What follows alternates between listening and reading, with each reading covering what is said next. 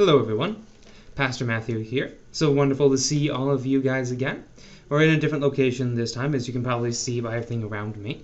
We're actually in my church office, located in the basement of the church. A little bit different of a time. It's a bit more smaller. Unfortunately, no Daniel this time, so sorry. But I want to get this out to you guys, and I want to talk to you about something that we haven't really covered on our channel that much. We've gone through stories from the Bible, we've gone through some general Christian beliefs, and we've even gone through some of the more obscure Bible stories. However, I want to go talk to you about something that's near and dear to my heart. I want to talk to you all about the Psalms. Now, the Psalms, maybe some of you know what those are songs in the Bible, or poems in the Bible dedicated to God. Now, these have been used many times in music, in poem, and other parts of history throughout the life of the church and in other parts. In fact, some of these psalms you might recognize, even if you aren't Christian. One might be Psalm 23, "The Lord is my shepherd, I shall not want." Many people know this psalm, though they are not Christian, because it is a popular one to use on funerals. You also, if you are, I had to look this up myself, but apparently many other famous composers throughout history have used the Psalms as a way to help make their music, and they've used it to inspire some of their more symphonies. One such a person was Igor Stravinsky, who is most famous for his Rite of Spring movement. However, he also wrote something called, if I can get it up here, perfect, here it is, the Symphony of the Psalms, which is used in Igor goes through the Psalms and uses them as a medium and as a jumping off point to some very beautiful music. I encourage all of you to go listen to it after you view this video, of course, first. What I want to talk to you guys all, though, about today is that these Psalms are important to us. They're kind of the history book of the church, in a way, because they've been used throughout everything. The church has used them even before we were called the church, going back to ancient Jewish practices, singing these songs in their worship services, to the early church when it literally just started out, and now to today we still use them, though they might be called hymns. And so the one I want to kind of start us out on here in talking about the Psalms is one of the ones that is very important for the season of Lent. It is Psalm 22, one right before 23, though not as well known, has probably the most 1-to-1 ratio of words in the Bible that quote each other. Meaning that people will say this psalm in reference to something that's happening, going on to them right now. And it's actually quoted in the Bible by the main man himself, Jesus. We'll get to that, though, later. First of all, Psalm 22 is a psalm of King David.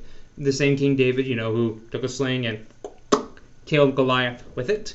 He is the second king of Israel and the most beloved king, the best king that they ever had.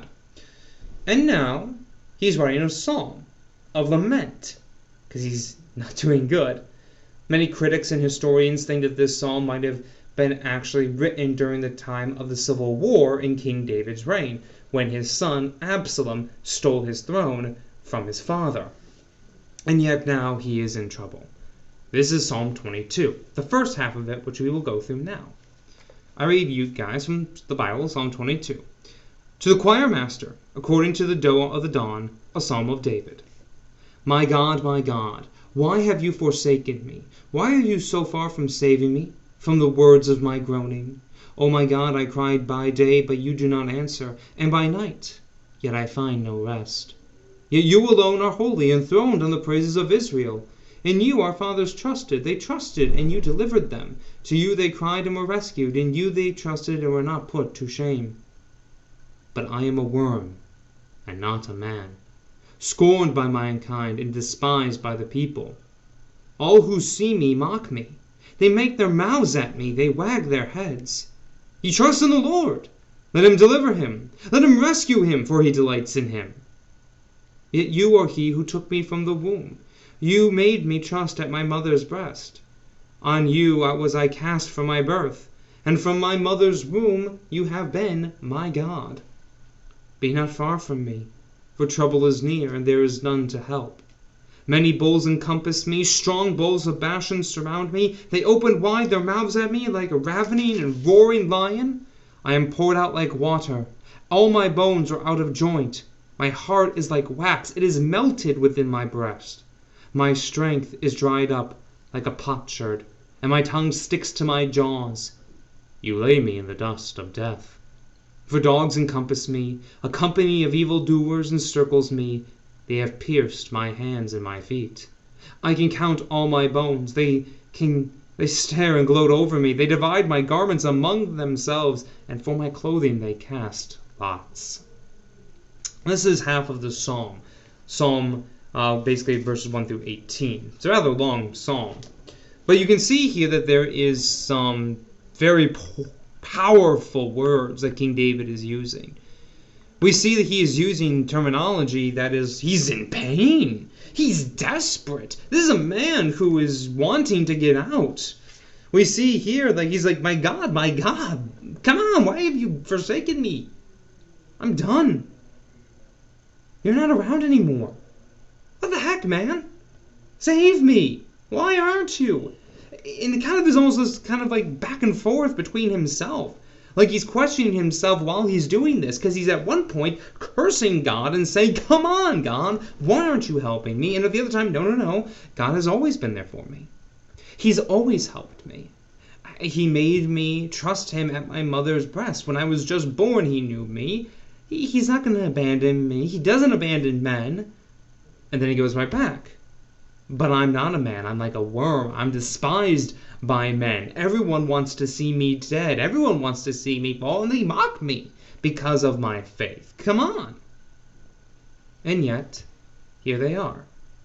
Throughout all of this portion of the psalm, he goes back and forth with himself, reminding himself of God's promises, and be not far, and also pleading with him. He's saying, be not far from me, for trouble is near, and there's no one to help. He's desperate. He's scared. And so you have this back and forth even in his own soul. At one point trusting God, and at another point saying, come on, why aren't you helping me? And they're at odds with one another.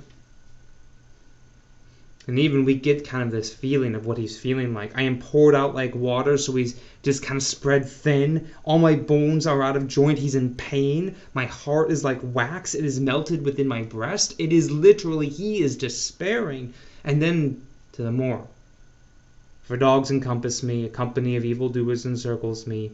They have pierced my hands and my feet. This is where we see it in Lent. We see these things now that Jesus would go through. In fact, many people equate this to be a psalm of Jesus himself. It is a psalm that shows his pain, his anguish. If you look at it, it's a one-for-one too. David was in the wilderness when all this is happening, his son trying to kill him. And Jesus is being killed on a cross.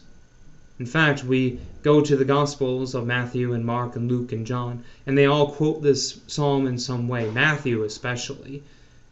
They have pierced my hands and my feet. On the cross, you get pierced in the center, right here.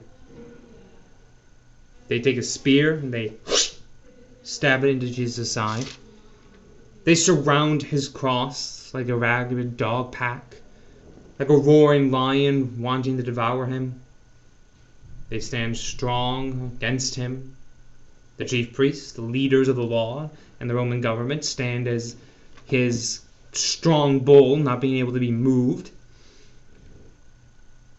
And even then, the soldiers take Jesus' clothing and they cast lots for it to see whose it will be.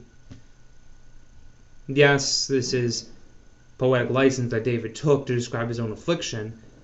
And yes, this is something that is being done by the Romans and is very typical for the Romans to do. But the mirror to mirror is amazing.